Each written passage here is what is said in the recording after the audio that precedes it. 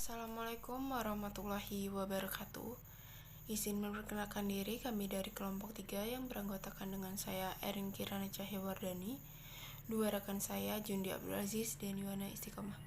Di sini kami akan mempresentasikan tentang tulisan ilmiah.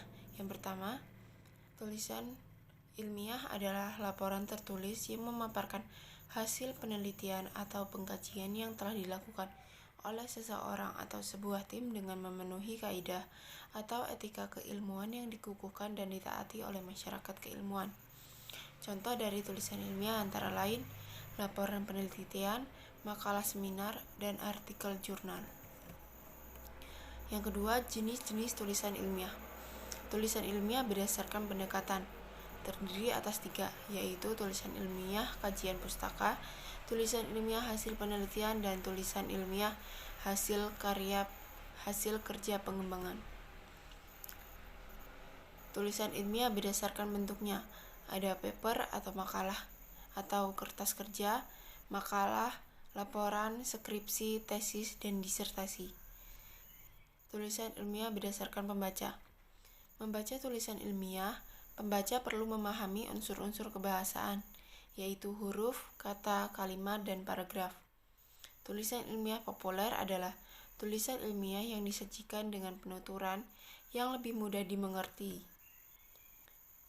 Ciri-ciri penulisan ilmiah populer dan murni.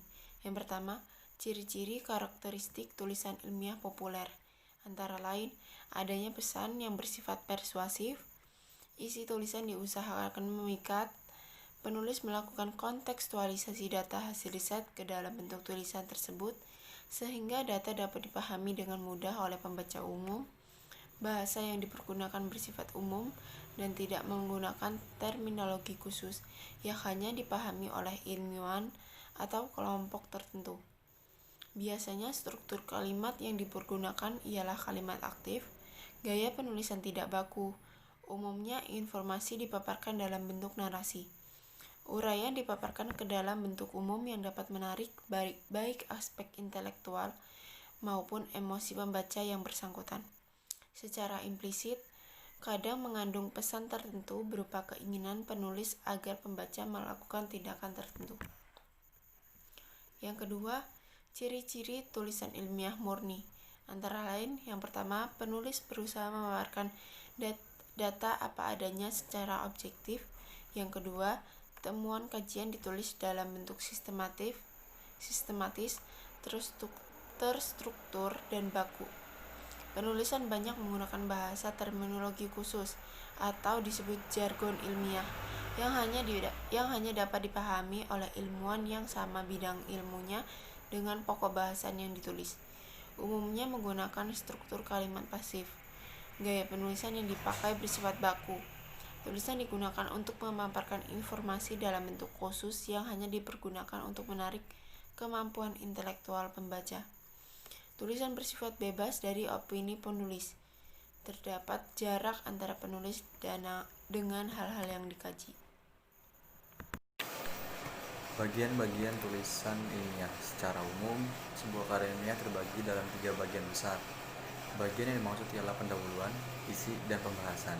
Namun terlebih dahulu kita bahas tentang bagian pembuka dalam penulisan suatu karya ilmiah, yaitu berupa 1. Cover berisi keterangan dan data isi penulis. 2. Halaman pengesahan. 3. Abstrak suatu bagian urai yang sangat penting, jarang lebih panjang dari 6 atau 8 baris, bertujuan untuk menerangkan kepada para pembaca aspek-aspek mana yang harus dibicarakan. 4. Kata pengantar berisi ucapan terima kasih atas terselesaikannya penulis. 5. Daftar isi, lembaran berisi nomor halaman tiap bagian. 6. Ringkasan isi berisi resume dari objek penulisan. Bagian-bagian tulisan ilmiah pada bagian pendahuluan memuat 1. Latar belakang masalah. 2. Perumusan masalah dan pembatasan masalah. 3. Tujuan penelitian. Dan 4. Manfaat penelitian. Pada bagian isi memuat 1. Kajian teori atau tujuan kepustakaan. 2. Pembahasan teori. Pada bagian ini penulis memuat teori-teori yang berkaitan pada objek penulis yang teliti. Yang ketiga, kerangka pemikiran dan argumentasi keilmuan.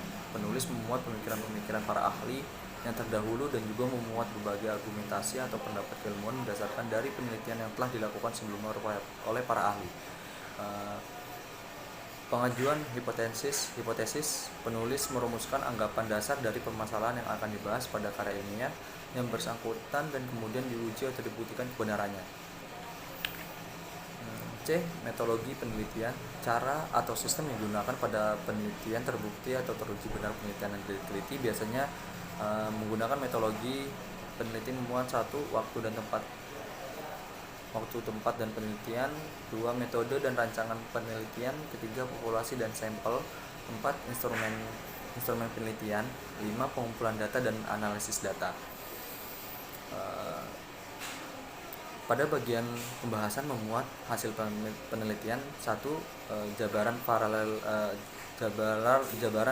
penelitian. 2. Hasil penelitian. 3. Diskusi penelitian. Bagian terakhir dari sistematika penulisan karya ilmiah adalah bagian penutup yang meliputi kesimpulan, berisi ringkasan secara garis besar dari hasil penelitian yang dilakukan. Saran, berisi masukan atau pendapat dari hasil penulisan karya ilmiah demi kesempurnaan suatu penulisan. F. Bagian penunjang yang memuat 1. Daftar pustaka, berisi tentang referensi-referensi yang digunakan penulis sebagai bahan dasar penulisan karya ilmiah, biasanya dari buku ataupun website. 2. Lampiran-lampiran antara lain instrumen penelitian.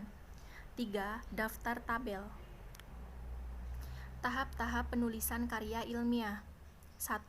Tahap persiapan meliputi memilih topik dan tema, mengumpulkan bahan, survei lapangan, membangun bibliografi, menyusun hipotesis, menyusun rencana penelitian, melaksanakan percobaan berdasarkan metode yang direncanakan, melaksanakan pengamatan dan pengumpulan data, menganalisis dan menginterpretasikan data, merumuskan kesimpulan dan teori.